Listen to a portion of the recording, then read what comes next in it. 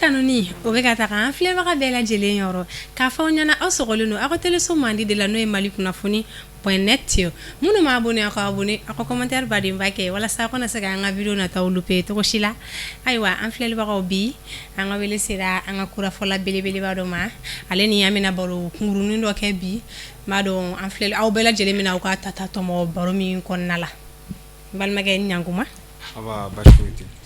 segi tɔgɔ ni jamu f'an filɛbagaw ye me bɛɛ fo mɔgɔ min bɛ ka lajɛ ni wagati in na ne tɔgɔ Balakɛ Jabate ka bɔ Kita Kuruni Budo fɔ ne ye Jelimagan Jabate de ni Kama Gasamadi faamuyali sɔrɔ la Balakɛ i nana an ka wele jaabi a diyara an ye ayiwa Balakɛ i ka baara ye kurafɔ de ye i bɛ se ka fɔ an ne yɛrɛ n'an filɛbagaw ye kura yɛrɛ ye mun ye ok problème t'a la kora ye instrument min ye kora bɔra Gambi kora bɔra Gambi de mais a bɔra Gambi dugu kelen min na tiɲɛna m'o dɔn parce que bɛɛ y'i ta fɔ a la a bɔyɔrɔ cayara donc sinon kora bɔra Gambi de voilà mais kun jumɛn de la Balakɛ yɛrɛ y'a choisi kɛ kurafɔla de bon ne y'a choisi ka kɛ kurafɔla ye parce que an ka du kɔnɔ ne wolola ka musique de to an fɛ donc ne tonton ni tanti bɛɛ bɛ musique de kɛ donc n tɔgɔma yɛrɛ bɛ kura fɔ Balakɛ Sisoko donc ka fara tɔw kan donc ne fana continuera ten mais k'a ye Balakɛ bɔra jelidu de kɔnɔ i yɛrɛ bɛ musique kɛ oui ok ayiwa sisan nɔ Balakɛ an ye dɔɔni kɛ ɲininkali la sisan nɔ i b'a lajɛ i bɛ Mali sajo fɔ ne yɛrɛ ni an filɛbagaw ye kura la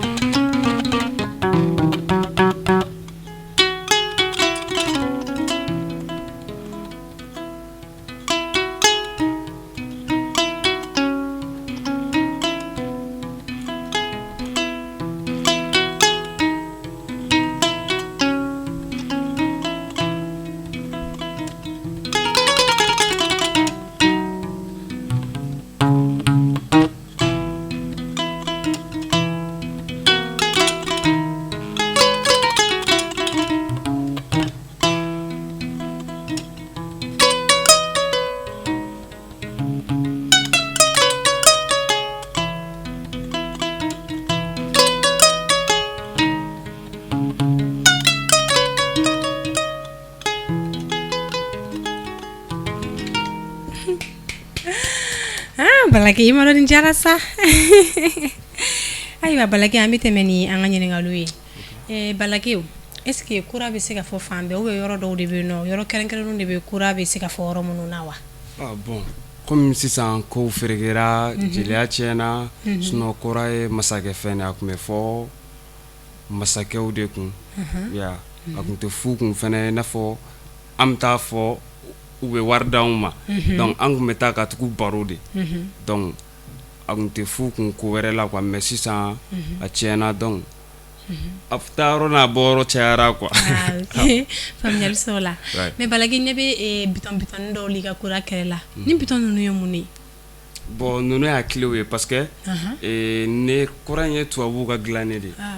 voilà parce que kura fɔlɔ min yɛrɛ tun bɛ yen o ye kɔsɔma de donc bolo de b'ale sama ka yɛlɛ pour que ka juru bila a bɛɛ la note la donc bon tubabuw fana nana n'u taw ye donc olu ye tile k'a la siɲɛ kelen donc ka samali bɔ an ma quoi donc voilà ayiwa faamuyali sɔrɔ o la n dalima la an filɛbagaw ye faamuyali sɔrɔ o la Balakɛ an b'a ye i bɛ jouer Kante kɔfɛ Kante ka spectacle la Kante ka spectacle ninnu caman i b'a sɔrɔ i bɛ Kante kɔfɛ i ni Kante ka relation ye mun ye bon Kante n ka foli b'a ye bon n'ale ka relation n'a bɛ baara kɛ ɲɔgɔn fɛ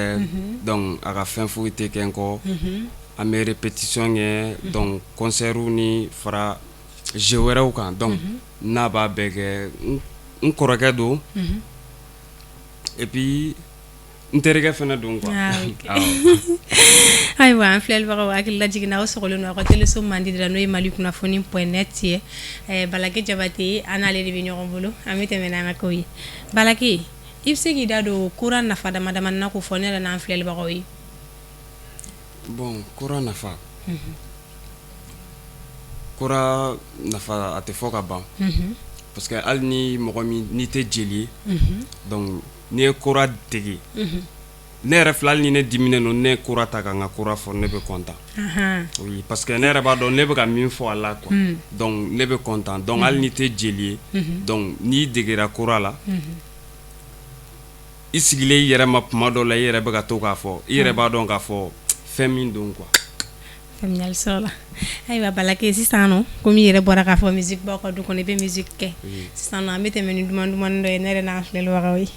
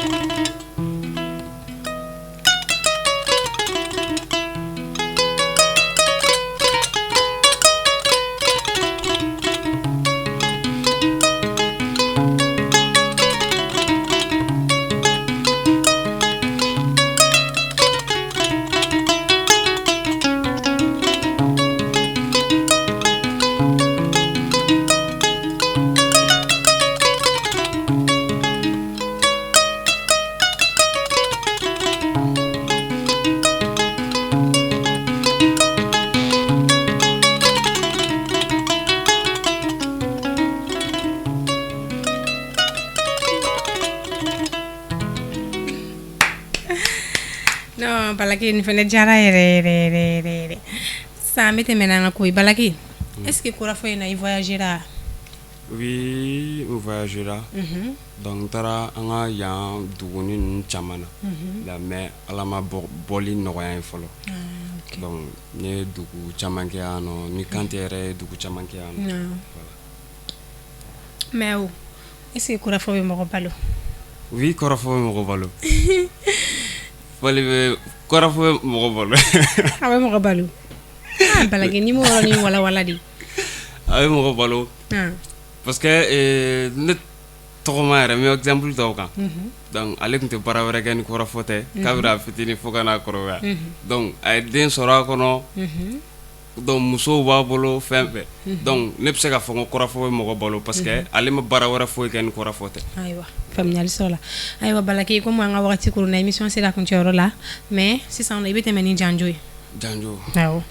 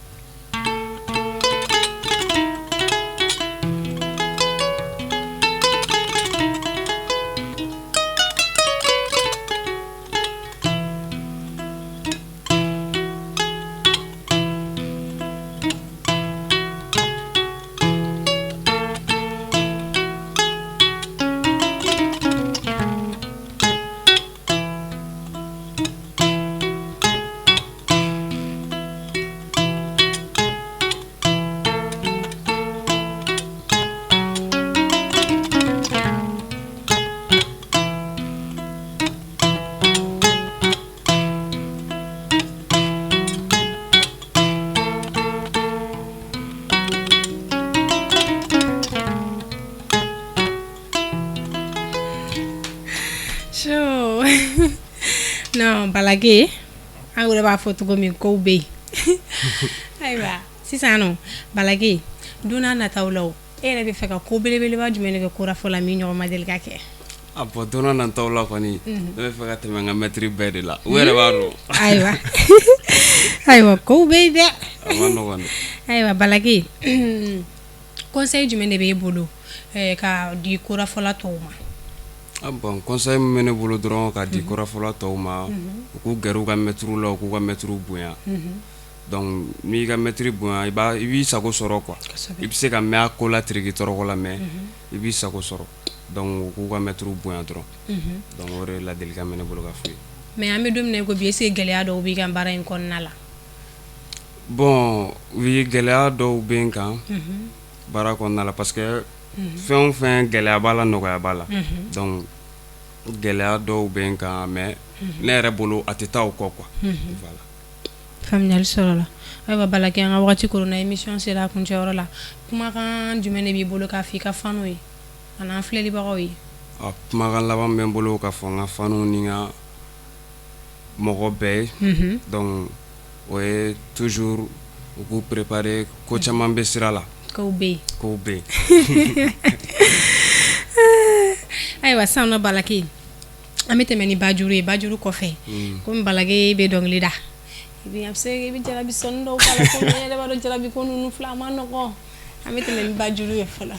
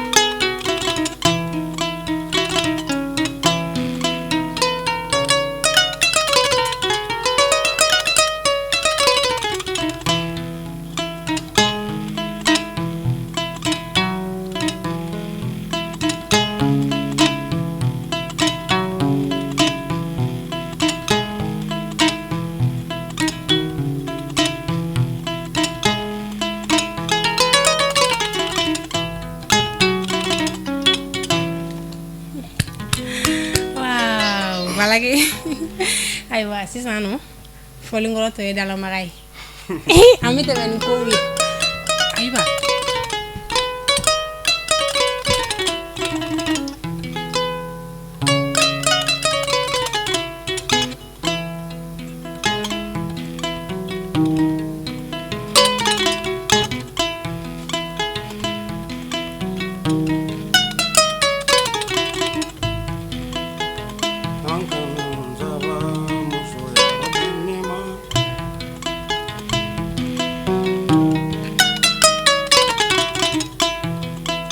alala kanu saba muso yarobanima atamanya sheri tamanya nindiyaranye ayeleniya woleneru yarabidenina alala kanu saba iga yafa duma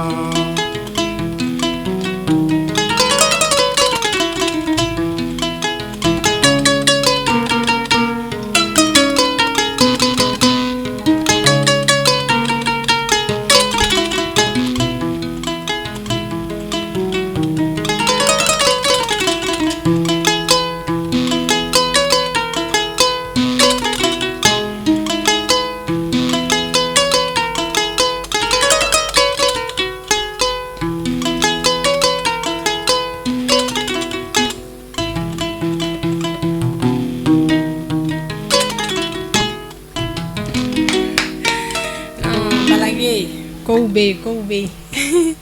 ayiwa Balake i nana an ka wele jaabi a diyara an ye